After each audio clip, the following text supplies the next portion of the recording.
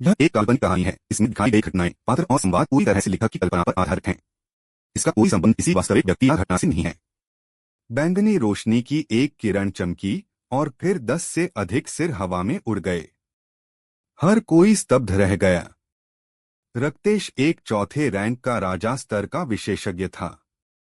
हालांकि वह आरव की तलवार के एक भी प्रहार का सामना करने में सक्षम नहीं था। आखिर उसकी ताकत कितनी भयानक है। धीराक्ष और कायांश ने एक दूसरे की ओर देखा और दोनों ने एक दूसरे की आंखों में झटके और डर की एक झलक देखी, क्योंकि आरव की तलवार की गति इतनी तेज थी कि वे उसकी हलचल को स्पष्ट रूप से देखने में असमर्थ थे। इतने कम समय में उसकी शक्ति वास्तव में इतनी दुर्जेय हो गई है। आखिर यह किस तरह का असाधारण प्रतिभाशाली है? आरव ने अपना सिर हिलाया जब उसने उन लोगों को देखा जो हमेशा के लिए पछतावे के साथ मर गए थे। यहां पहुंचने पर उसका पहला प्रभाव यह था कि ये लोग उस पर भरोसा नहीं करते थे और कई तो उसके प्रति शत्रुतापूर्ण भी महसूस करते थे। वह जानता था कि उसे अपनी ताकत का प्रदर्शन करना होगा, अन्यथा भले ही वे उसके हाथ में तलवार बन जाएं, लेकिन पूरी संभावना थी कि वे किसी भी क्षण उस पर पलटवार कर सकते थे। उसे अपनी ताकत का प्रदर्शन कैसे करना चाहिए? यह स्वाभाविक रूप से मारकर ही हो सकता था। बेशक उसे मारने के लिए एक कारण और बहाने की जरूरत थी। सौभाग्य से किसी ने उसे वही दिया जिसकी उसे जरूरत थी। आरव ने उन सभी पर नजर डाली और कहा, सबसे पहले मैं वह नहीं हूं जो आप सभी से कह रहा हूं कि मुझे आपके शरीर का विष निकालने दें, बल्कि आप सभी मेरी मदद मांग रहे हैं। आप सभी को यह याद रखना होगा। इसके अलावा आप सभी को उन शर्तों के बारे में पता होना चाहिए जो मैं आपके शरीर के विष को निकालने के लिए मांगता हूं। मैं नहीं चाहता कि कोई मेरे साथ सौदेबाजी करे, क्योंकि मेरे पास उसके लिए समय नहीं है, समझ गए? अब जिसे भी यहां आने का पछतावा है, वह अभी जा सकता है। जाना। उनके मुंह के कोने कांपने लगे। जमीन पर उन कटे हुए सिरों वाली लाशों को देखकर उनमें से कोई भी जाने की हिम्मत कैसे कर सकता था। जब आरव ने देखा कि कोई नहीं गया, तो उसने सिर हिलाया और कहा, तो चलिए शुरू करते हैं। वे सभी थोड़ा हिचकिचाए और फिर उनमें से एक सबसे पहले आगे बढ़ा। आरव ने सिर हिलाया और फिर उसकी उंगली के एक झटके के साथ नरक अग्नि प्रकट हुई। अचानक एक दर्दनाक और तीखी चीख गूंजी, जिससे सभी के चेहरे के भाव एक साथ बदल गए। 4 घंटे बाद आरव ने राहत की सांस ली जब अंतिम हत्यारे के शरीर का विष नरक अग्नि द्वारा साफ कर दिया गया। उनके शरीर से विष निकालने के लिए नरक अग्नि को नियंत्रित करना कोई सरल काम नहीं था, क्योंकि उसे सावधान रहना पड़ता था और वह जरा सी भी गलती नहीं कर सकता था।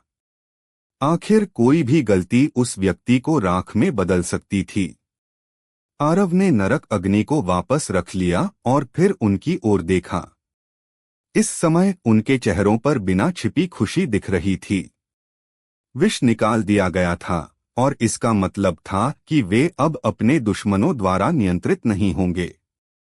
भले ही उन्हें अभी भी किसी और के नियंत्रण में रहना था, लेकिन यह केवल 10 वर्षों के लिए था और उनके लिए यह केवल एक पल के समान था। आरव ने अपनी हथेली पलटी और फिर कुछ स्क्रॉल और एक अनंतकोश अंगूठी उसकी हथेली में दिखाई दी। उसने उन्हें धीराक्ष को थमाया और फिर कहा, ये स्क्रॉल कुछ धरती स्तर की साधना तकनीकें और युद्ध तकनीकें हैं, जबकि अनंतकोश अंगूठी में 50,000 ऊर्जा पत्थर हैं। आपका काम अभी मेरे लिए मारना नहीं है, बल्कि कड़ी मेहनत करना और अपनी ताकत में सुधार करना है। भले ही उनकी चलने की तकनीकें और हत्या की तकनीकें बहुत दुर्जेय थीं, लेकिन अंततः इन हत्यारों की ताकत बहुत कम थी। विशेष रूप से प्राचीन युद्ध क्षेत्र में, जहां सभी असाधारण प्रतिभाएं एकत्रित होती थीं। वर्तमान में प्राचीन युद्ध क्षेत्र उसके दुश्मनों से भरा हुआ था और इस तथ्य के साथ कि छोटा साथी बैंगनी मिंक चला गया था। अगर उसके पास कोई दुर्जय सहायता नहीं होती तो वह निश्चित रूप से एक बेहद खराब स्थिति में होता। इसलिए उसने दूसरों से लूटी गई साधना तकनीकों और युद्ध तकनीकों को उन्हें देने में संकोच नहीं किया, क्योंकि ये हत्यारे जितने मजबूत होंगे वे उसके लिए उतने ही सहायक होंगे। धीराक्ष अपने हाथ में स्क्रॉल और अनंतकोश अंगूठी को देखकर दंग रह गया। क्या वह कुछ ज्यादा ही उदार नहीं है? धरती स्तर की साधना तकनीकें, धरती स्तर की युद्ध तकनीकें और 50,000 ऊर्जा पत्थर। मेरे भगवान! धीराक्ष अब अपना आपा नहीं खो सका। आसपास के अन्य लोग भी दंग रह गए क्योंकि आरव की उदारता ने उन्हें वास्तव में आश्चर्यचकित कर दिया था। उन्होंने मूल रूप से सोचा था कि आरव उन्हें किसी को मारने के लिए कह सकता है या उन्हें धन इकट्ठा करने के उपकरण बना सकता है। उन्होंने कभी कल्पना भी नहीं की थी कि आरव वास्तव में उन्हें संसाधन देगा और उन्हें साधना करने के लिए कहेगा।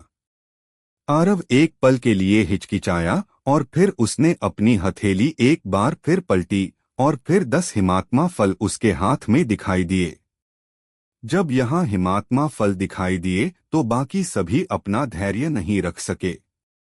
विशेष रूप से धीराक्ष और कायांश के लिए यह बड़ी बात थी। उन दोनों ने आरव के हाथ में मौजूद हिमात्मा फल को टकटकी लगाकर देखा जबकि उनके पूरे शरीर कांपने लगे थे।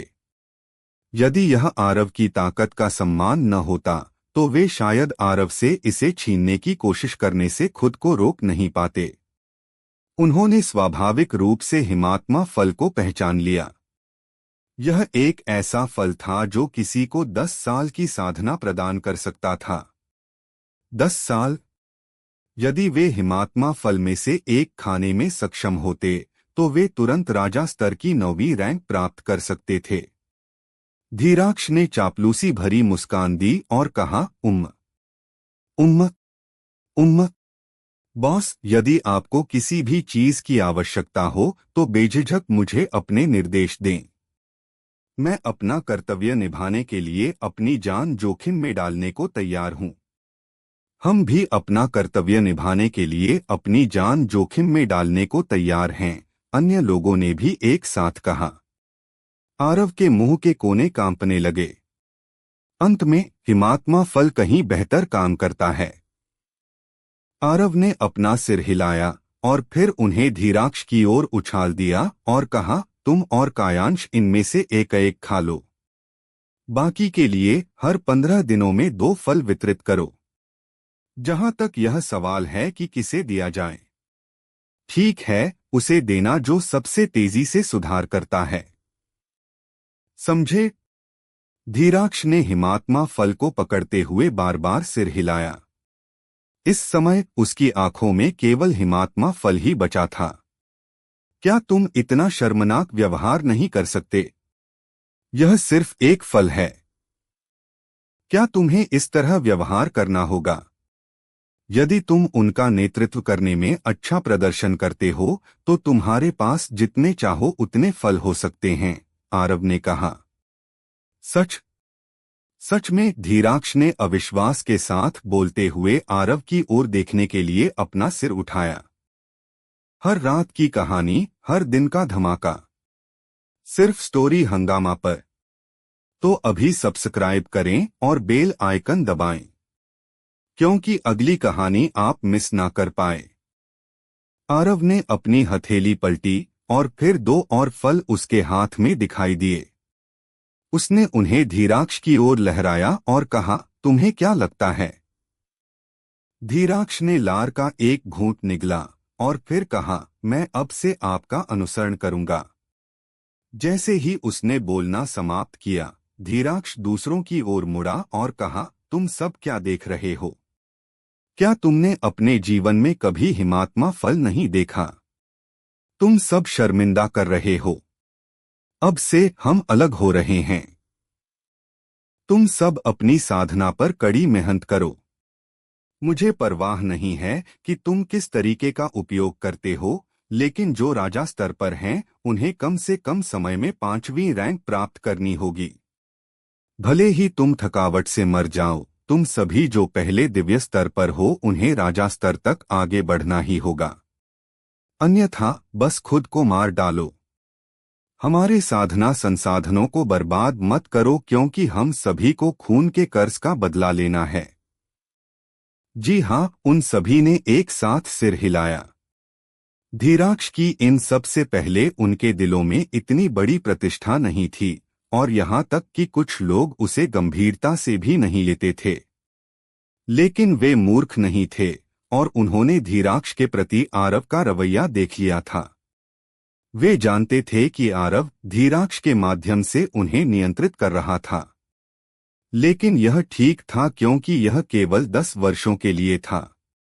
इसके अलावा उन 10 वर्षों के दौरान उन्हें आरव जैसे धनी व्यक्ति का समर्थन प्राप्त होगा, इसलिए वे स्वाभाविक रूप से मना नहीं करेंगे।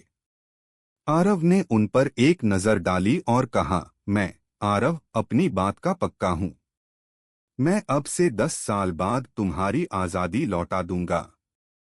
हालांकि मुझे पहले से स्पष्ट होने दें, यदि इन 10 वर्षों की अवधि के दौरान कोई भी मेरी अवज्ञा करता है, तो मैं तुम्हारे लिए जीना मौत से बदतर बना दूंगा।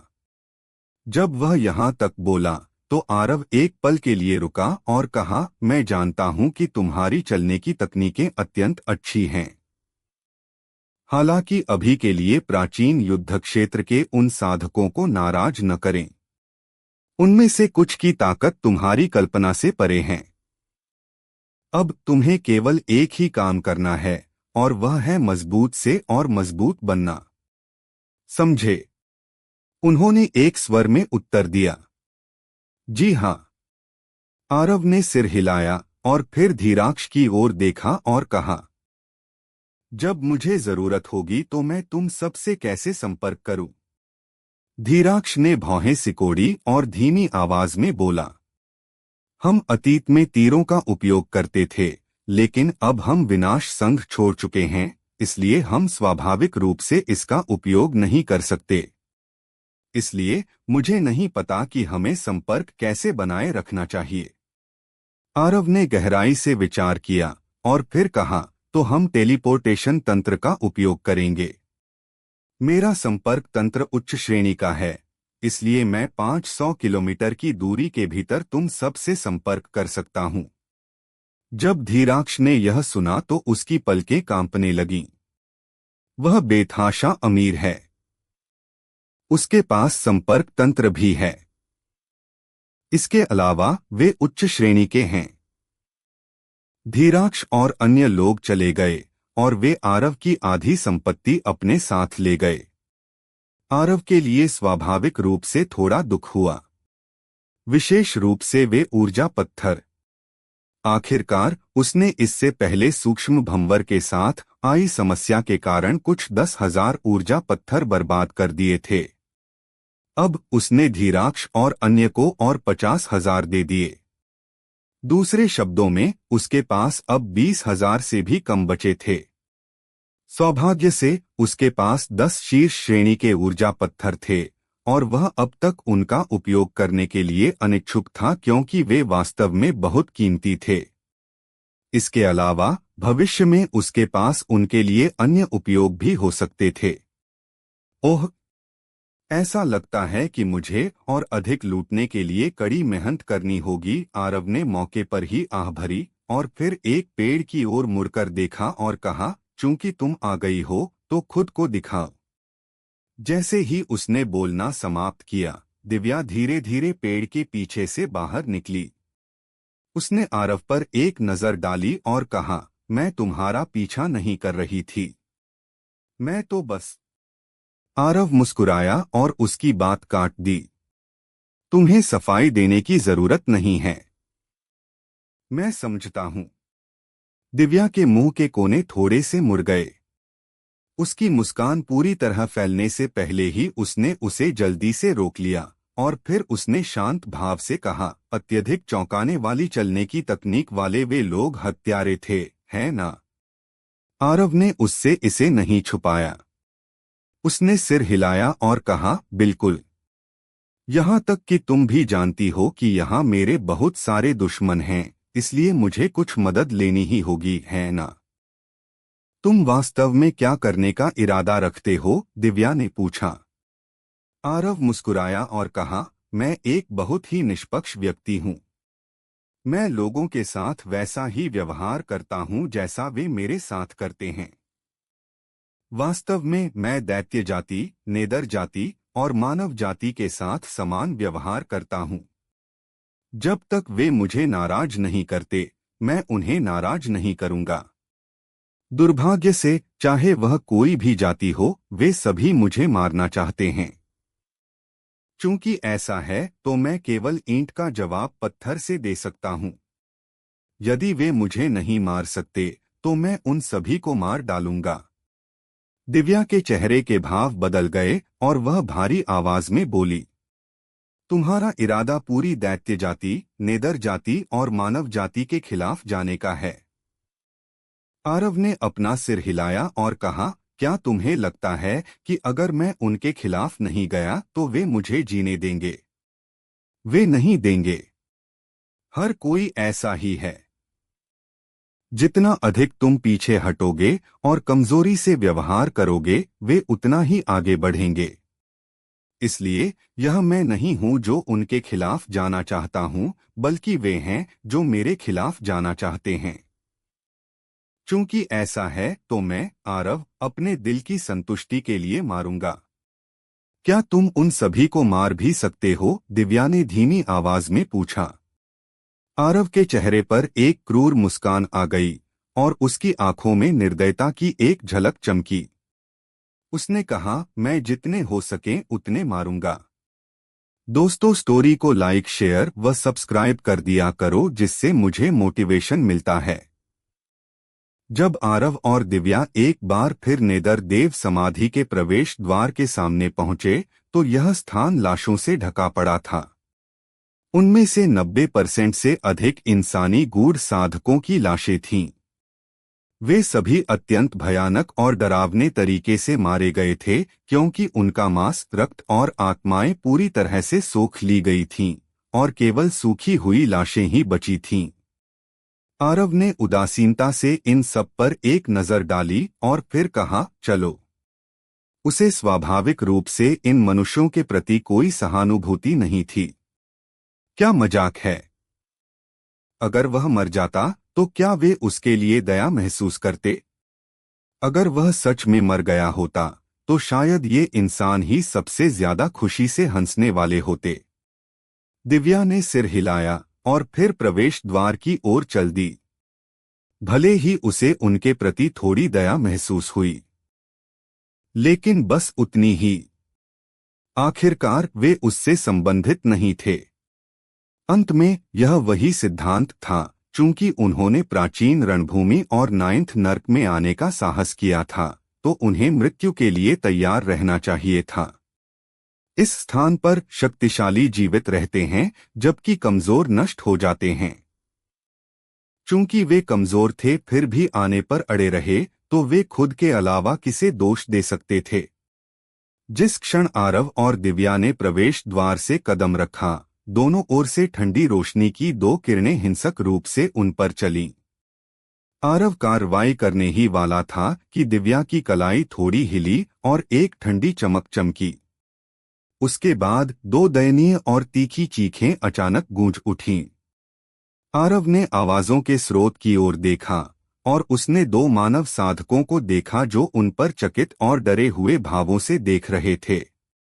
वे दोनों अभी भी जीवित थे, लेकिन उनमें से प्रत्येक ने दिव्या के कारण अपना दाहिना हाथ खो दिया था और उनका खून अभी भी फव्वारे की तरह बह रहा था। उनके अभी तक न भागने का कारण यह था कि दिव्या के कृपाण इंटेंट ने उन्हें जकड़ लिया था।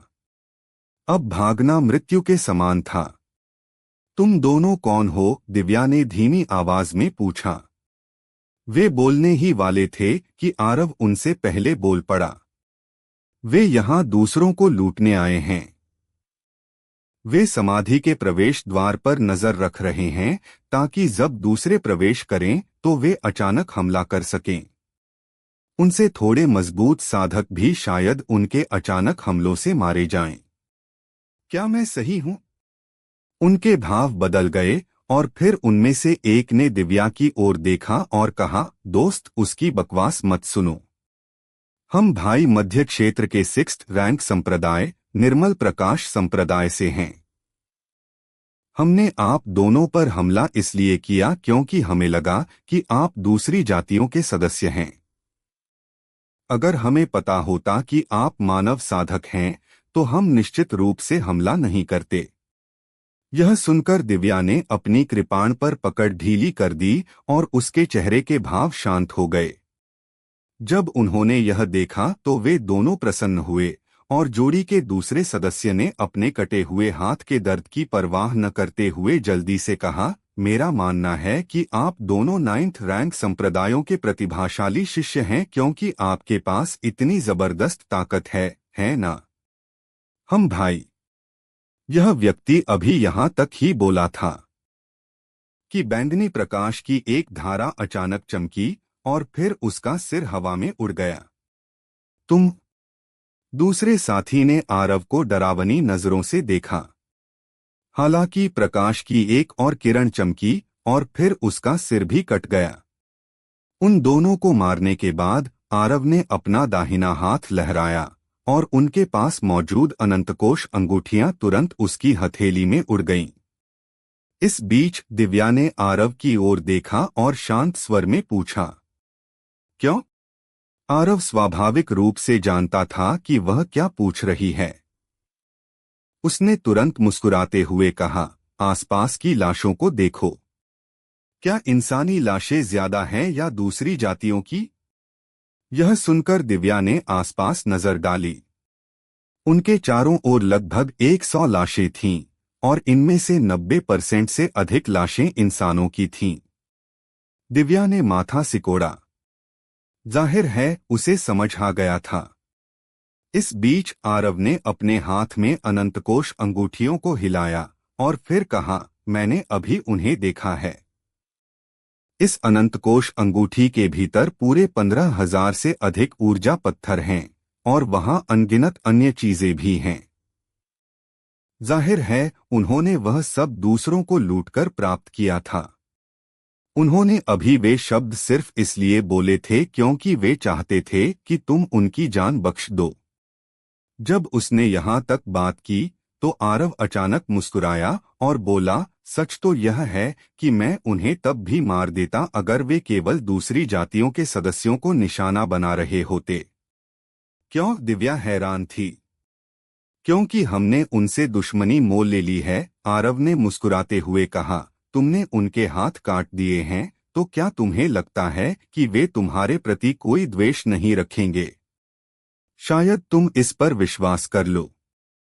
लेकिन भले ही वे बेहद सम्मानजनक और द्वेष से रहित लग रहे थे, मैं गारंटी देता हूं कि वे शायद हमें तड़पा तड़पा कर मारना चाहते थे। दुश्मन डरावने नहीं होते, लेकिन जब वे साये में होते हैं तो डरावने होते हैं। इसलिए एक बार दुश्मनी हो जाने के बाद उसे जड़ से खत्म कर देना ही बेहतर है। दिव्या ने आरव पर एक नजर डाली और फिर अपना सिर हिलाया और कहा, मुझे नहीं पता कि तुमने अतीत में क्या सामना किया है जिसने तुम्हारे चरित्र को ऐसा बना दिया है, और मैं यह भी नहीं कह सकती कि तुम गलत हो। हालांकि मुझे लगता है कि इस तरह से कार्य करना बहुत चरम है। इसके अलावा यह तुम्हारे लिए अनगिनत दुश्मन पैदा करेगा। आखिरकार परोपकारी लोगों का कोई दुश्मन नहीं होता। परोपकारी लोगों का कोई दुश्मन नहीं होता। आरव ने अपना सिर हिलाया और मुस्कुराया और फिर कहा, वे शब्द सच हैं। परोपकारी लोगों को दूसरों की अधिक मदद करनी पड़ती है। दुर्भाग्य से मैं कभी भी परोपकारी व्यक्ति नहीं बन पाऊंगा। दिव्या ने माथा सिकोड़ा और कहा, क्यों? क्योंकि मैं बहुत सारे लोगों को मारने वाला हूं। आरव ने अपनी कलाई मरोड़ी और उसकी तलवार पीछे एक परछाई छोड़ गई जैसे वह हिली हो। उसने कहा, मैं उन सभी को अपने जीवन से भुगतान करवाऊंगा जो मुझे या मेरे प्रियजनों को नुकसान पहुंचाते हैं या धोखा देते हैं। जब उसने उस दृश्य को याद किया जो उसने आत्मादीप दर्पण से देखा था, तो आरव ने तुरंत अत्यंत क्रूर संघार तलवार इंटेंट की एक धारा निकाली। इसके अलावा उसकी आंखें धीरे धीरे गहरी लाल हो गईं, और ऐसा लगा जैसे उसकी आंखों के भीतर खून का सागर बसा हो। दिव्या के चेहरे का भाव बदल गया। हालांकि ठीक इसी समय आरव की आंखों का गहरा लाल रंग धीरे धीरे गायब हो गया और क्रूर तलवार इंटेंट धीरे धीरे उसके शरीर में वापस आ गया। आरव ने एक गहरी सांस ली और फिर उसकी भौहें कसकर तन गईं, क्योंकि उसने एक गंभीर समस्या देखी थी, और वह यह थी कि उसका संघार तलवार इंटेंट उसे संघार करने के इरादे से अभिभूत करने में सक्षम था। उस पल में उसे वास्तव में दुनिया के सभी लोगों को नष्ट करने की अनुभूति हुई थी। यदि उसके पास प्रबुद्ध तलवार हृदय नहीं होता, तो वह अब तक संघार की एक मशीन बन चुका होता। संघार तलवार इंटेंट को तलवार इंटेंट के बीच सबसे तीक्ष्ण और उग्र कहा जा सकता है, क्योंकि आपका मारने का इरादा जितना मजबूत होगा, उसका पराक्रम उतना ही अधिक होगा। विशेष रूप से जब आपने बड़ी संख्या में लोगों को मार दिया हो, तो असीम हत्या की इच्छा न केवल आपको अपना विवेक खोने पर मजबूर कर देगी, बल्कि यह आपके विरोधियों के मन को भी प्रभावित कर सकती है। यह कहा जा सकता है कि आपकी हत्या की इच्छा जितनी मजबूत होगी, आपका संघार तलवार इंटेंट उतना ही मजबूत होगा, दिव्या ने भारी आवाज में कहा। हालांकि इसमें एक बहुत बड़ी खामी भी है। यदि आप अपनी हत्या की इच्छा को नियंत्रित करने में असमर्थ हैं, तो आप इसके द्वारा नियंत्रित हो जाएंगे। आपको पता होना चाहिए कि अपनी हत्या की इच्छा द्वारा नियंत्रित होने का परिणाम क्या होता है। आरव ने सिर हिलाया और कहा, मैं भविष्य में उस पर ध्यान दूंगा, और यदि संभव हो तो मैं इसका उपयोग करने से बचने की पूरी कोशिश करूंगा। दिव्या ने सिर हिलाया और कहा, तलवार और कृपाण की साधना करने वालों का सबसे बड़ा वर्जना अपने ही हथियार द्वारा नियंत्रित होना है, क्योंकि यदि आप अपने ही हथियार द्वारा नियंत्रित हैं, तो आप नहीं रह जाते। आरव ने गंभीरता से कहा, मैं समझता हूं। दिव्या ने थोड़ा सिर हिलाया और फिर कहा, चलो चलें। इस स्थान के भीतर अनगिनत आत्माएं हैं, और वे तुम्हारे लिए अत्यंत लाभकारी हैं। जैसे ही उसने बोलना समाप्त किया, दिव्या आगे चलने लगी। आरव जल्दी से उसके पीछे हो लिया। आरव यात्रा करते समय समाधि का लगातार जायजा ले रहा था।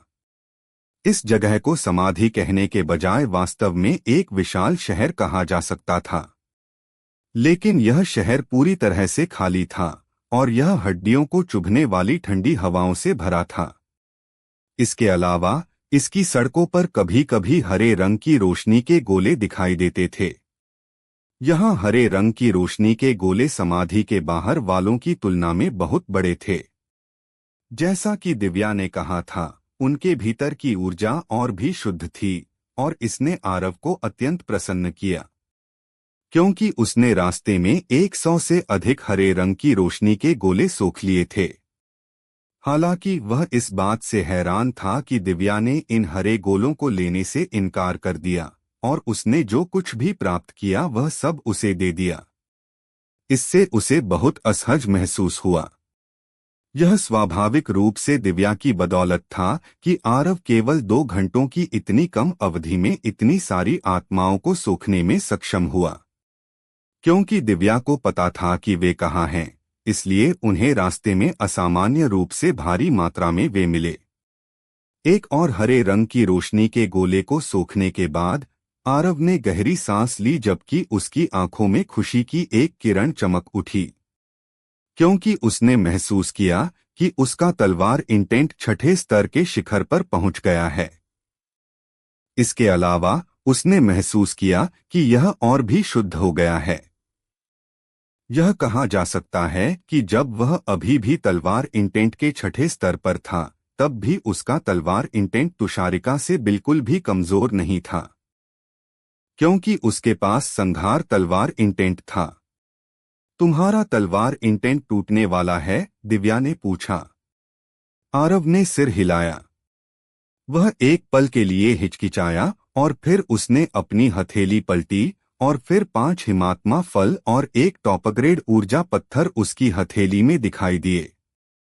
उसने उन्हें उसे थमाते हुए कहा, तुमने कहा था कि वे आत्माएं तुम्हारे वर्तमान कृपाण इंटेंट के लिए बहुत मददगार नहीं हैं, इसलिए मैं अभी के लिए तुम्हारी बात मान लूंगा। हालांकि ये हिमात्मा फल और यह टॉपग्रेड ऊर्जा पत्थर तुम्हारे लिए उपयोगी होने चाहिए, है ना? दिव्या बोलने ही वाली थी कि आरव ने बात जारी रखी। अगर तुम इसे मना करती रही तो हम अलग हो सकते हैं। आखिरकार मैं इतना बेशर्म नहीं हूं कि लगातार तुम्हारा फायदा उठाता रहूं। क्या मुझे इतना पराया समझने की कोई जरूरत है? दिव्या ने थोड़े असंतुष्ट भाव के साथ आरव की ओर देखा और फिर उसे लगा कि उसके व्यवहार का थोड़ा गलत अर्थ निकाला जा सकता है। इसलिए उसके भाव धीरे धीरे ठंडे हो गए और उसने दूसरी ओर देखना शुरू कर दिया। आरव इससे दंग रह गया और फिर उसने अपना सिर हिलाया और कहा, मैं तुम्हें पराया नहीं समझ रहा हूं। मैं उन्हें तुम्हें केवल इसलिए दे रहा हूं क्योंकि मुझे लगता है कि वे तुम्हारे लिए मददगार हैं। वैसे ही जैसे तुम मुझे आत्माएं दे रही हो क्योंकि तुम्हें लगता है कि वे मेरे लिए मददगार हैं। आरव का स्पष्टीकरण सुनकर दिव्या का चेहरा शांत हो गया और फिर उसने आरव की ओर देखा और आरव से हिमात्मा फल और ऊर्जा पत्थर ले लिए। अचानक उसने माथा सिकोड़ा और ध्यान से हिमात्मा फलों का आकार देखा। उसके बाद उसने कहा, मैंने अतीत में हिमात्मा फलों का सेवन किया है, लेकिन ये उनसे थोड़े अलग लग रहे हैं। उनमें क्या अलग है? आरव ने माथा सिकोड़ते हुए पूछा। दिव्या ने एक पल के लिए गहराई से सोचा और फिर कहा, इन हिमात्मा फलों में मौजूद ऊर्जा मेरे द्वारा अतीत में खाए गए हिमात्मा फल की तुलना में कम से कम 10 गुना अधिक शुद्ध है। क्या तुम निश्चित हो कि ये हिमात्मा फल ही हैं? 10 गुना? आरव चौंक गया और उसने कहा, यह कैसे संभव हो सकता है?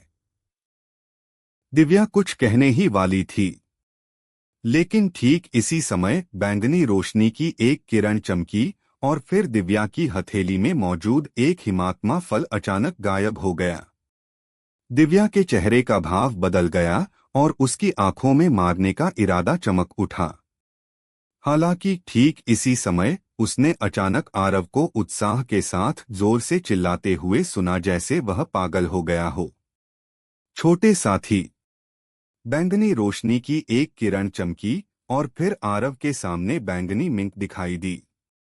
अब क्या होने वाला है, आगे सुनते रहिए सर्वशक्तिमान हमारे चैनल स्टोरी हंगामा पर।